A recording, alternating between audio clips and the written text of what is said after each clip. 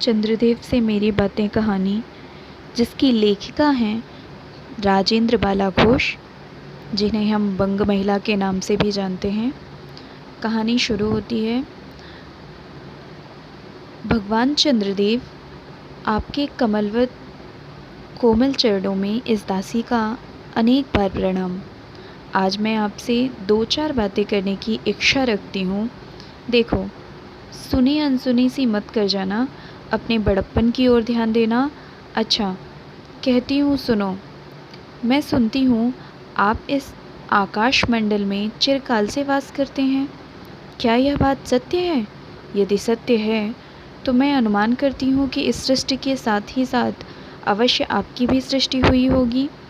तब तो आप ढेर दिन के पुराने बूढ़े कहे जा सकते हैं। यह क्यों? क्या आपका डिपार्टमेंट में ट्रांसफ़र यानी कि बदली होने का नियम नहीं है? क्या आपकी गवर्नमेंट पेंशन भी नहीं देती? बड़े खेद की बात है। यदि आप हमारी न्यायशीलता गवर्नमेंट के किसी विभाग में सर्विस यानी कि नौकरी करते होते तो अब तक आपकी बहुत पदोन्नति हो गई होती और ऐसी पोस्ट पर रहकर भारत के किसी भी सुरम्य नगर, पर्वत, जंगल और झाड़ियों में भ्रमण करते। अंत में इस वृद्ध अवस्था में पेंशन प्राप्त कर काशी ऐसे पुनीत और शांति धाम में बैठकर हरि नाम स्मरण करके अपना परलोक बनाते। यह हमारी बड़ी भारी भूल हुई। भगवान चंद्रदेव, क्षमा कीजिए। आप तो अमर हैं, आपको मृत्यु कहाँ, तब परलोक बनाना कैसा? ओहो, देवता भी अपनी जाति के कैसे पक्षपाती होते हैं। देखो ना, चंद्रदेव को अमृत देकर उन्होंने अमर कर दिया, तब यदि मनुष्य होकर हमारे अंग्रेज अपने जाति वालों का पक्षपात करें तो आश्चर्य ही क्या। अच्छा, यदि आपको अंग्रेज जाति की सेवा करना स्वीकार हो तो एक एप्लीकेशन यानी कि निवेदन पत्र हमारे आधुनिक भारत प्रमुख प्रभु लाडकर्जन के पास भेज देवें। आशा है कि आपको आदरपूर्वक अवश्य आवाहन करेंगे, क्योंकि आप अधम भारतवासियों के भांति कृष्णांग तो नहीं हैं, जो आपकी अच्छी नौकरी देने में उनकी गौरांग जाति कुपित हो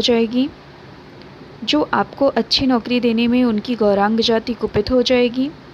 और फिर आप तो एक सुयोग्य, कार्यदक्ष, परिश्रमी, बहुदर्शी, कार्यकुशल और सरल स्वभाव महात्मा हैं।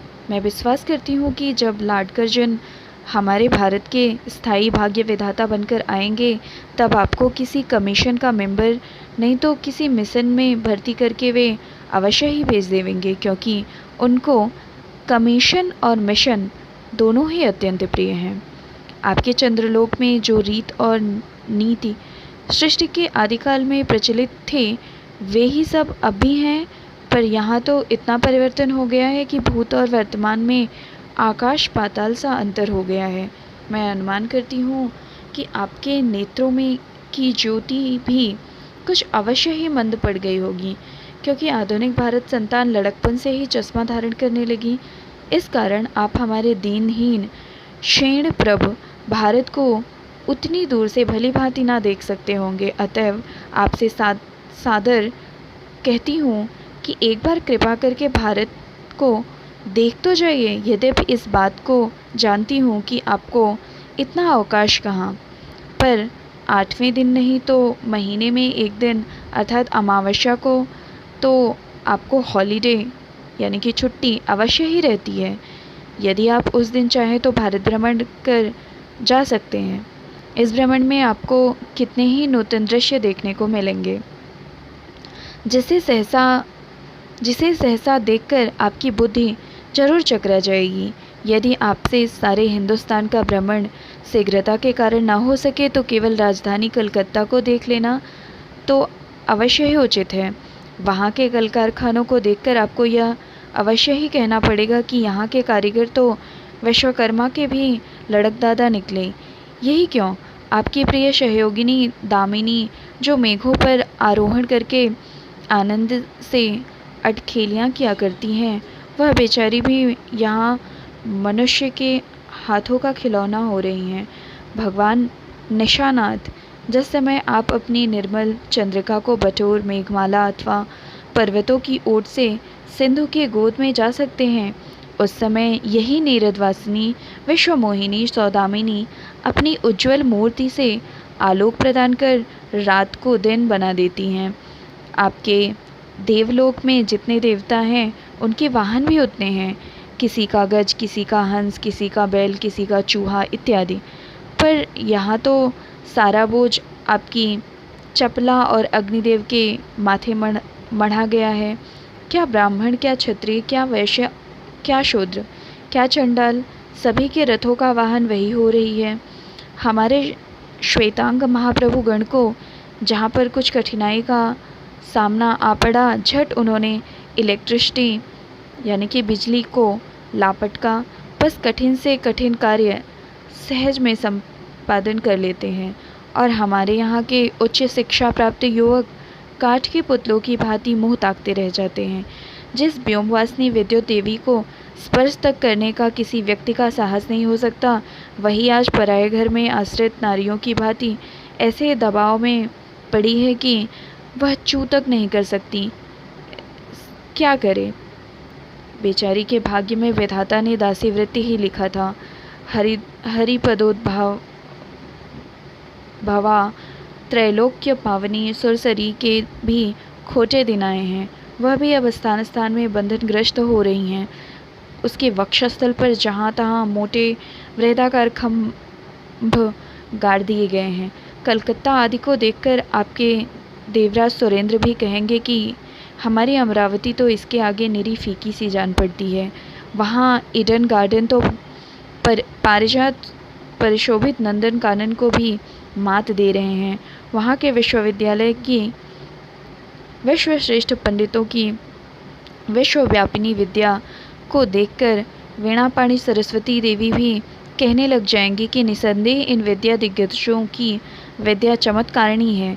वहीं के फोर्ट विलियम के फौजी सामान को देखकर आपके देव सेनापति कार्तिकेय बाबू के भी छक्के छूट जाएंगे, क्योंकि देव सेनापति महाशय देखने में खास बंगाली बाबू से जचते हैं और उनका वाहन भी एक सुंदर मयूर है। बस इससे उनके वीरत्व का भी परिचय खूब मिलता है। वहाँ के मिंट यानी कि टकसाल को देखकर सिंधु तनया, आपकी प्रिय सहोदरा कमला देवी तथा कुबेर भी अचकचा जाएंगे। भगवान चंद्रदेव इन्हीं सब विश्वम्योत्पादक अपूर्व दृश्यों का अवलोकन करने के हेतु आपको सादर आमंत्रित तथा सविनय आहूत करती हूँ। संभव है कि यहाँ आने से आपको अनेक लाभ भी हो। आप जो अनादिकाल से निज उज्ज्वल वपुष में कलंक की कालिमा लेपन करके कलंकी, शशांक, शशधर, शाशालांछन आदि उपाधि मालाओं से भूषित हो रहे हैं, सिंधु तनय होने पर भी जिस कालिमा को आप आज तक नहीं धो सके, वही आजन्मा कलंक शायद यहाँ के विज्ञानवेद पंडित की चेष्टा से छूट जाए। जब बम्बई में स्वर्गीय महारानी विक्टोरिया देवी की प्रतिमूर्ति से काला दाग छुड़ाने में प्रोफेसर गज्जर महाशय फलीभूत हुए, तब क्या आपके मुख की कालिमा छुड़ाने में वे फलीभूत ना होंगे? शायद आप पर यह बात भी अधिक विदित नहीं हुई कि आप और आपके स्वामी सूर्य भगवान पर जब हमारे भूमंडल की छाया पड़ती है, तभी आप लोगों पर ग्रहण लगता है। पर आपका तो अब तक वही पुराना विश्वास बना हुआ है कि जब कुटिल ग्रह राहु आपको निकल जाता है तभी ग्रहण होता है। पर ऐसा थोथा विश्वास करना आप लोगों की भारी भूल है। अतः हे देव, मैं विनय करती हूँ कि आप अपने हृदय से इस भ्रम को जड़ से उखाड़ कर फेंक दें।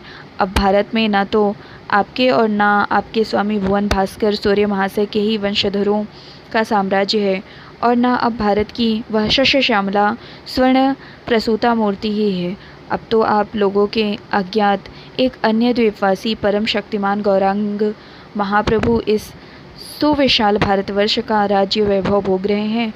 अब तक मैंने जिन बातों का वर्णन आपसे स्थूल रूप में किया है, वह सब इन्हीं विद्या विशारद गौरांगी प्रभुओं की कृपा कटाक्ष का परिणाम है।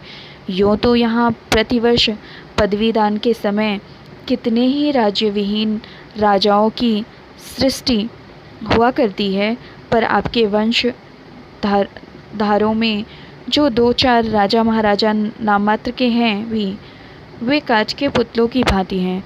जैसे उन्हें उनके रक्षक नचाते हैं, वैसे ही वे नाचते हैं। वे इतनी भी जानकारी नहीं रखते कि उनके राज्य में क्या हो रहा है, उनकी प्रजा दुखी है या सुखी। प्रचार के बाद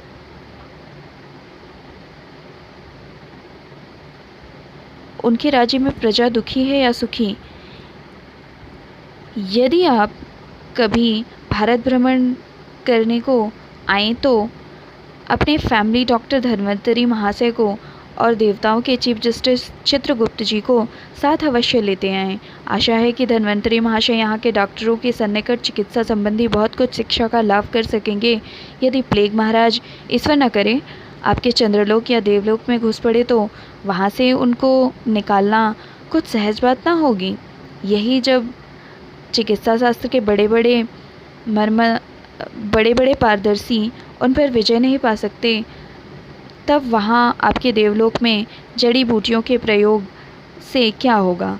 यहाँ के इंडियन पिनल कोड की धाराओं को देखकर चित्रगुप्त जी महाराज अपने यहाँ की दंड विधि यानी कि कानून को बहुत कुछ सुधार कर सकते हैं। और यदि बोझ ना हो तो यहाँ से वे 2-4 टाइपराइटर भी खरीद ले जाएं।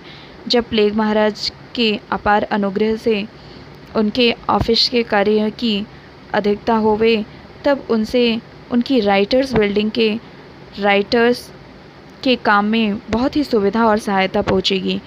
वे लोग 2 दिन का काम 2 घंटे में कर डालेंगे। अच्छा, अब मैं आपसे विदा होती हूँ।